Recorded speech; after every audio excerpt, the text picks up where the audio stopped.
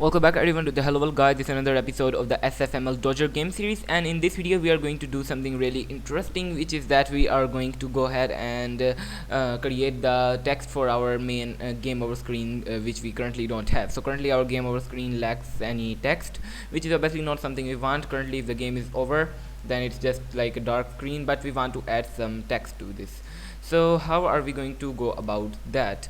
Now in order to do this, it's actually pretty simple. What we can do is we can go ahead up here, and I'm going to create a sf colon actually sf in lowercase colon font. Now this means because every text must have a font, so we will create a font and we'll just call it font, and just leave it like that, and then we will go ahead and say sf colon text, and we will use a constructor in which we will provide it with a text and a font as well. And in the text we will just say something like game over, and then like put this after this, and that is pretty awesome. So with that we have got our text done. So let's just now with that obviously we can try to actually implement this, but this font is obviously currently does not have anything, so you need to load the font from a file. So we'll use load from file function, and make sure that you're in the main project directory, not the like in the program directory. In the main project directory, just copy and paste whatever font you want, and in here just put the name of that font. And once you do that, this is basically going to be it. And let's go ahead and say window dot draw, and we'll let's say font like that. Alright, so now let's start the actually, why is it not working? No, we are making a mistake here. We need to draw text, not font. Alright, now let's go ahead and try to actually okay, so you obviously we have not named this variable yet, so do that, and now it should work. So let's start, and what you should see is that some kind of text does appear, but it obviously is not at the right place. So let's see. Yeah, you can see it's kind of appears at the top left corner, which is what we expected to happen actually. So yeah, now let's go ahead and try to increase the size. So let's say text dot, and let's say size yeah, set character size, and let's search this to be it's the default is 30. Let's say that we want 60 for the size, which means it's twice as large as the original one. Now if I start it now, then what you should see is that it appears a lot larger, which is pretty awesome, but we want this to be also somewhere in the center. So how are we supposed to put it in the center now? Now doing that is actually pretty simple. We can change the origin of the text by saying text dot set origin. So set origin, and then you can go ahead and say for the origin you can either give it a vector 2, or you can give it a float x and a float y.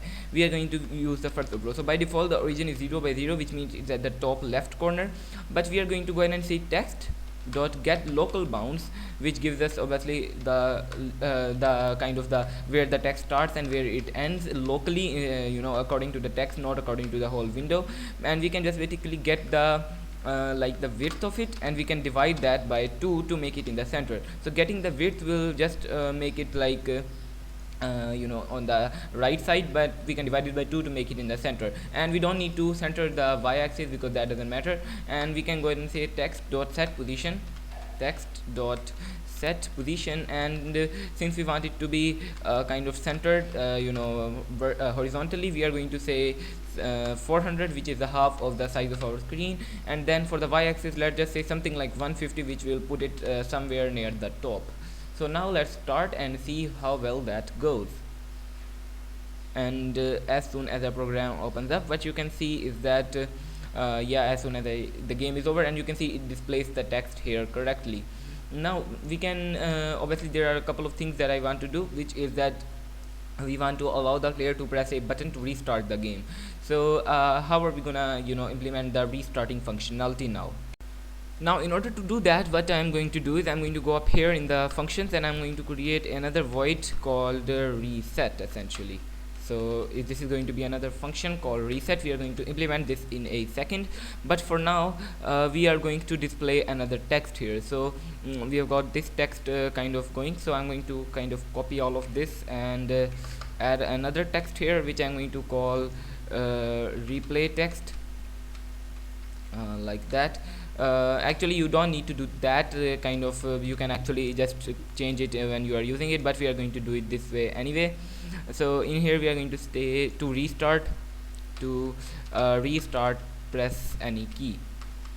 Press let's say press alright, let's say press any key to restart, because this is going to kind of the classical game where you just press any key to restart. So yeah, just say press any key to restart, and that is going to be basically like that, and we are going to change the size back to 30, and then this is pretty much it. But we are going to move it a bit down, like something like let's say 500 or maybe 300, not 300, 350. So we are going to set the position to that, and then if that is the case, so then we are in here we are going to check for whether the game is over, and if the game is so in here where we are receiving the events, where is that happening? Okay, so if we are going to say e dot type type is equal to sf colon colon event, and we are going to go ahead and say colon colon key pressed. So that will basically kind of have this, so it will basically occur when the key is when any key is pressed, and we are don't really care about that. And we are going to also check here, so add two and signs here, which means that we are checking another condition along with this, which is that and the game is over. So if that is the case, then we are going to call the reset function. So just say like reset. So yeah, here we are going to call the reset function, and that is going to basically work. So obviously currently we have not implemented the reset function, so I'm going to go ahead and say quick actions and just say create definition, and let's go to the definition that we have created down here. And in here let's just go ahead and try to but basically just set all of the variables to what they were in the beginning. So first of all is the player. So let's go ahead and say player like let's say player is equal to let's say sf colon colon rectangle shape. So we are basically going to call that function again, and let's just go here and copy what we have got in here, and let's copy that, and let's go down there again. And this is basically what you need to do. You need to reset all of the variables.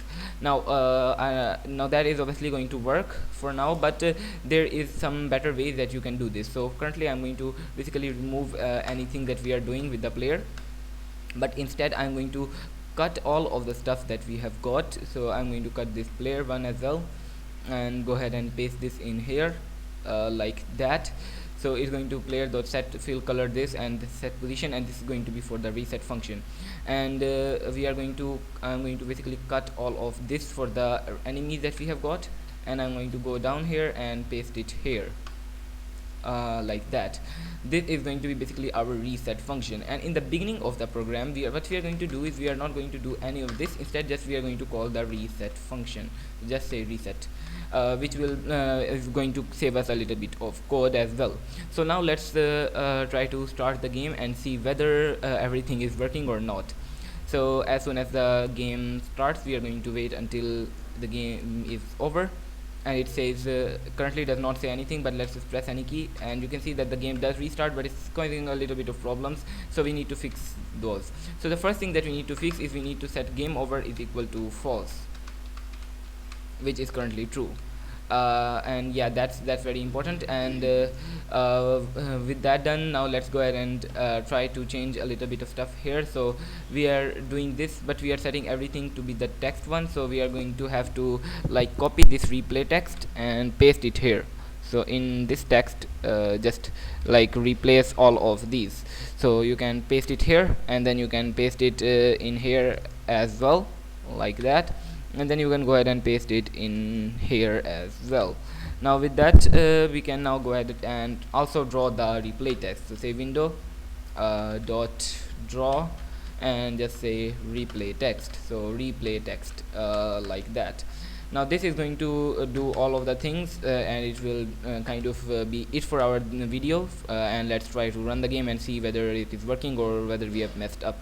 So you can see that as soon as the game starts, and if I get out, you can see it says press any key to restart. If I press any key, then the game restarts. But what is the problem? What's happening here is that we have got twice more enemies, and the reason that happened is because essentially we are making more enemies each time we do this. So what we need to do is we need to go ahead and say, basically, before doing anything, we need to clear the enemy. So say enemies dot clear, clear, like that. And then we are going to do the similar thing for here. We are going to see enemy